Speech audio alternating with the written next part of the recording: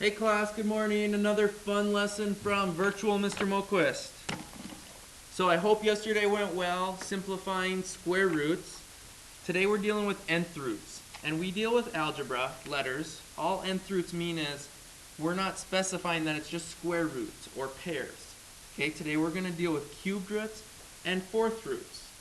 And all those mean is I'm multiplying something by itself 3 times, or 4 times, or 5 times. Whatever it is, that's what it means, okay? So don't get caught up with this nth roots thing.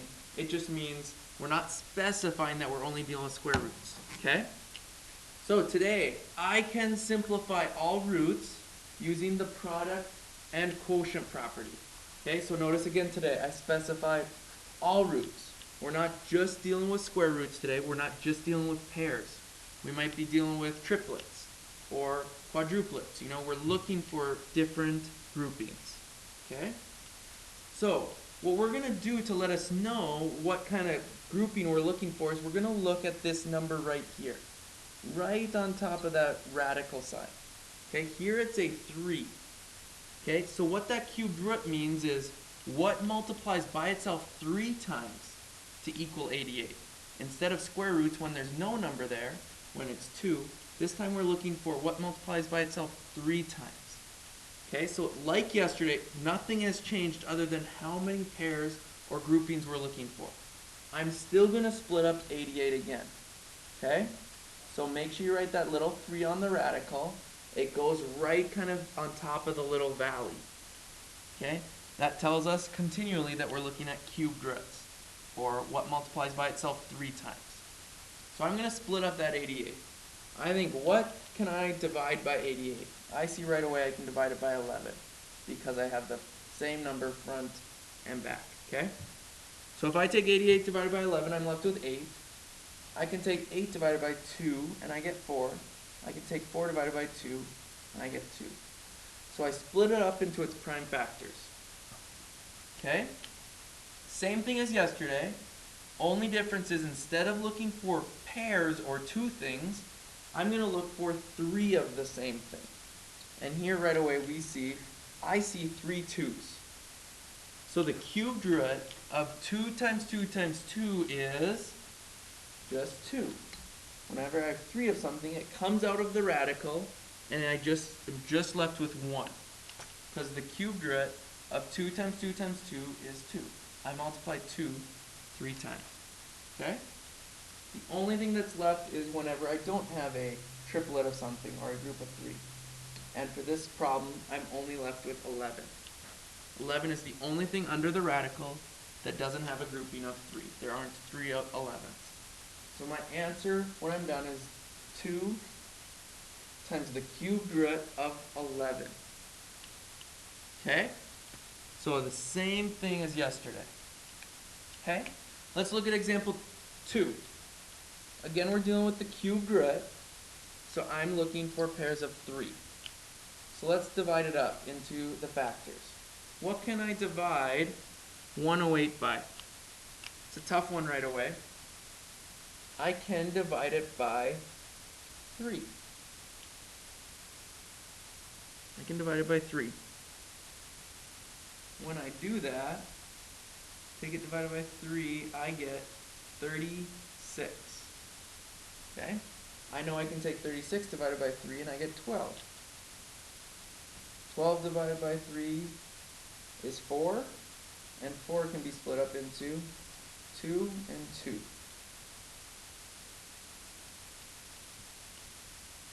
Okay? Then let's split up x to the third. X to the third is x times x times x. I have 3 x's there. So how many of the same number am I going to look for to be able to pull out? Since I'm dealing with the cubed root, I have to have 3 of them. I see 1 2 2 or 1 3 2 3's 3 3's. That's good. I only see 2 2's, so I can't pull those out. I can only pull it out if there's 3 of them. And then I see 3 x's, so I can pull those out as well. Okay? If I pull out the 3 3's, take the cubed root of it, I'm left with 1 3. the 3x's, cubed root of 3x's is just 1x. And what I'm left with under the cubed root is 2 times 2. I can't pull those out because there's only 2 of them. So lastly, since I pulled everything out I can, I multiply it all back together for my final answer. I can't really multiply 3x other than just writing it as 3x. But I can multiply 2 times 2 back together. So I get 3x times the cubed root of 4. That's our answer. Make sure that you are writing this little 3 on the radical. That is really important. If you don't write that, that would say the square root, or you'd be dealing with 4s. And we know the square root of 4 is 2, because 2 times 2 is 4. But there is no whole number that I can multiply by itself 3 times to equal 4. So that's why 3x times the cubed root of 4 is my final answer. Okay? So let's do some more examples, because I know, again, this is new, and I want us to get really good practice. Okay? Let's look at example 3. What can I divide 320 by to split it apart? Split it apart. Okay? I know right away I can divide it by 10 because I see that 0 at the end. So let's split it up into 10, and I know 10 can be split up into 5 and 2. Okay? So when I do that, I'm left with 32, which can be divided by 2, so I write another 2. 32 divided by 2 is 16. 16 I can divide by 2 again to get 8. 8 can divide by 2 again to get 4. And 4 is 2 2s. There we go. 5 times 2 times 2 times 2 times 2 times 2 times 2. So we should have 6 2's there and 1 5. X to the 5th can be split up into 5 x's. And the y to the 3rd is 3 y's. Sorry, I'm kind of running out of room there. Okay, so I have 1 5,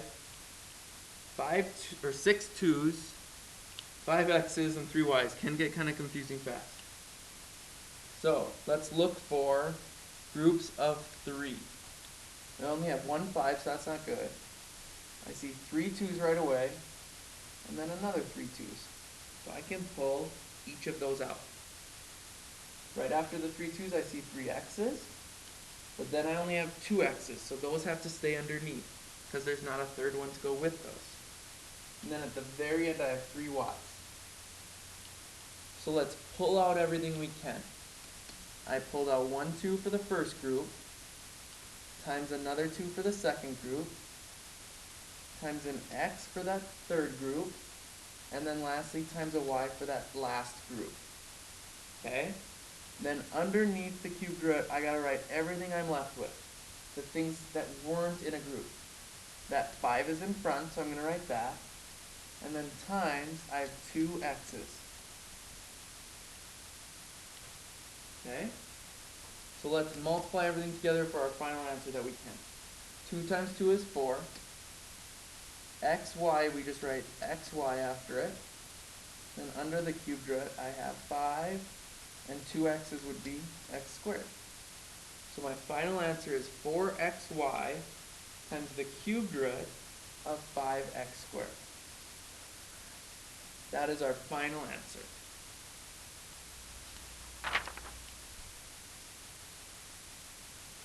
Okay, let's look at example 4.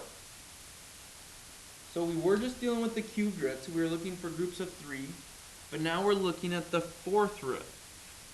So this time, think about what we're going to look for. Instead of groups 2, instead of groups of 3, now we're going to look for groups of 4.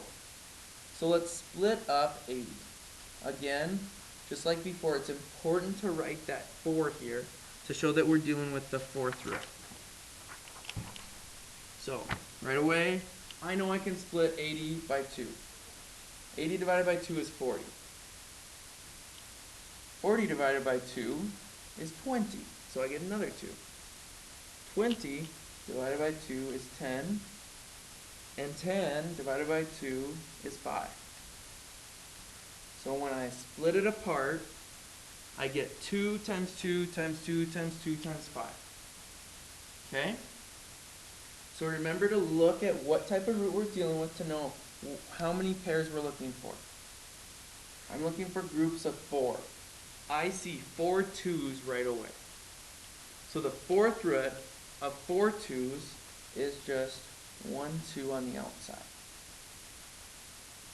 Okay, because I have 4 of them. The fourth root of that just takes the rest of them away. I'm left with 1. So I have 2, and then I have the fourth root of 5. That thing was by itself, or was not in a group of 4, so I have to leave that underneath. 2 times the fourth root of 5 is my final answer. Okay, for our last problem, let's look at example 6. Okay? Let's look at example 6. So let's split apart 162 to start. Again, don't forget to write that little 4. What can I divide by 162? Right away, split it in half because it's an even numbers. Divide it by 2. 162 divided by 2 is 81.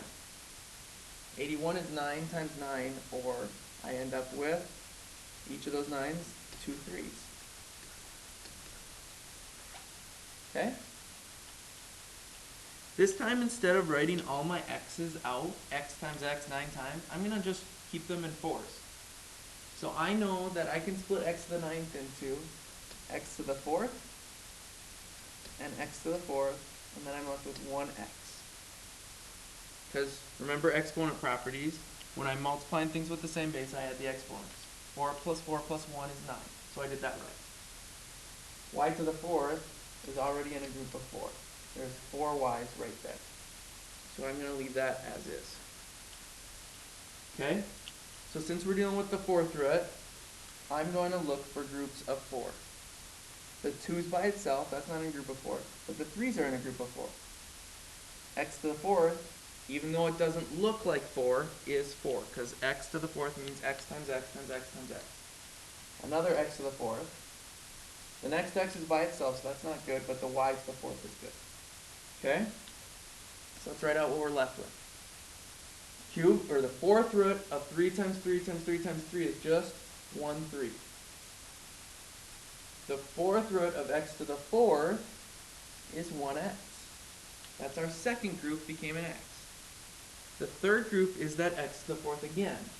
That x to the 4th also becomes an x. And lastly, the last group we have is the y to the 4th. That becomes a y.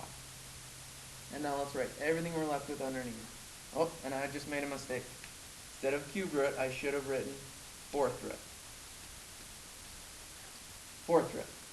What are we left with underneath? What didn't I underline? Didn't underline a 2, and I didn't underline an x. That's what we're left with, okay? So last step now, let's multiply everything together to write our answer simply. 3 is the only number. I have 2 x's outside that I can write as x squared, 1 y, and then I have the fourth root of 2x. It's my final answer, 3x squared y times the fourth root of 2x. Okay, I really hope you guys are understanding this. Again, super important that you are working together. Also, you can replay this video if you have any parts that you want to see again. You're like, that didn't make sense to me. Can I replay that again? Absolutely. Okay, so make sure you're doing that. Let's go over these start with the end problems though again, okay? Remember, problems like example 7 means, what could I start with, or what would the cube root of something be that would simplify to 3 times the cube root of 4, okay? So I want to put everything back under the cube root. For instance, how would I put 3 back under the cube root? Remember, to pull something out of a cube root, I need to have 3 of them. So to put it back under, I need to make 3 of them. 3 would end up being the cube root of 3 times 3 times 3. And then lastly, that 4 was underneath. So I just write it as 4. The 4 is already under the cube root, so I don't need to write 4 of them to put it under. It's already there. The only things I gotta triple are the things that were outside. And my last step is just to multiply these numbers. 3 times 3 times 3, I know is 27. And 27 times 4 is 108. So our final answer here is the cubed root of 108.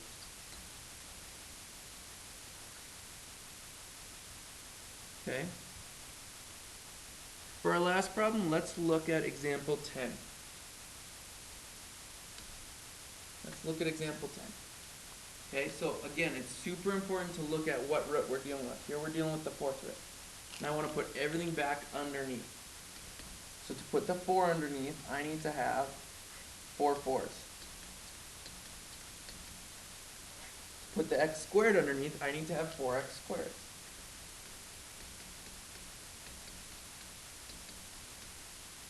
And then the 3x is already underneath, so I just write 3x at the end. Okay? So let's put this all together. Feel free to use a calculator for 4 times 4 times 4 times 4, and then times 3. When I multiply all those numbers together, I would get 768. Okay? I also want to write how many x's I have. X to the, I have 2 x's here, plus 2 x's, plus 2 x's, plus 2 x's, plus 1 x. Total I have 9 x's, so it's x to the 9th power. So this is my final answer. I put it all back under the fourth root and multiplied it together. Okay? So, I hope this is making sense to you guys. If not, remember I will be back. I will answer any questions you have. But please talk together. If you understand this but your neighbor isn't, please help them. And then I will answer any questions next week. Okay? So your homework for today is 3B.2. Make sure you finish that up. Okay? Have a good rest of your day. Have a great weekend, and I will see you guys next week.